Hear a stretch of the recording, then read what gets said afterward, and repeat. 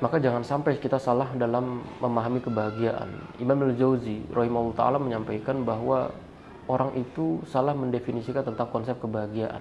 Mereka menganggap bahwa bahagia itu ada dalam beberapa tempat. Di antaranya itu mereka menganggap bahwa bahagia itu ada dalam sebuah harta.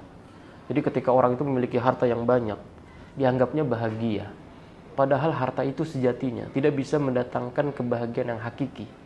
Karena kalau memang harta itu bisa mendatangkan kebahagiaan, tentu orang yang paling bahagia di dunia adalah Qarun. Karena Qarun itu memiliki harta yang banyak, melimpah ruah luar biasa. Yang bahkan Allah mensifati hartanya Qarun dengan sebutan inna mafatihahu latanu bil usbati ulil quwwah. Bahwa kunci hartanya saja, pembendaharaannya itu harus dipikul dan dipegang oleh orang yang berani besar-besar. Tapi ternyata dalam riwayat disebutkan bahwa Qarun itu memiliki penyakit yang sulit tidur karena takut hartanya itu hilang dan diambil orang.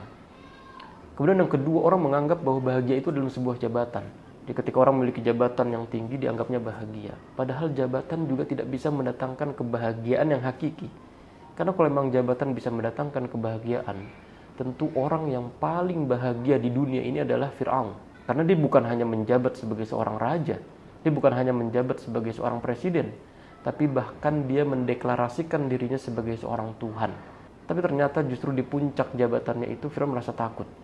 Yang dengan ketakutannya itu, Firaun justru membuat undang-undang untuk membunuh setiap bayi laki-laki yang lahir dari masyarakatnya. Kenapa? Karena justru dia bermimpi. Di dalam mimpinya itu dia melihat bahwa ada seorang laki-laki yang akan melengsarkan dirinya dari seorang raja. Justru Firaun di puncak jabatannya itu merasakan ketakutan dan kegelisahan, tidak tenang. Dan yang ketiga, Ibnu Jauzi menyampaikan bahwa orang itu menganggap bahagia ketika mereka itu ittiba'us syahwat. Syahwat yang selalu terpenuhi dianggapnya bahagia. Justru Rasulullah SAW menyampaikan kebalikannya. Di antara sumber yang bisa mendatangkan malapetaka dan bisa membuat kehidupan orang di dunia sengsara, di antaranya adalah ittiba'ul hawa, hawa nafsu yang selalu terturuti. Makanya Allah Subhanahu wa taala mengajarkan, wa amma man khafa maqama rabbih wa nahan nafsa 'anil hawa.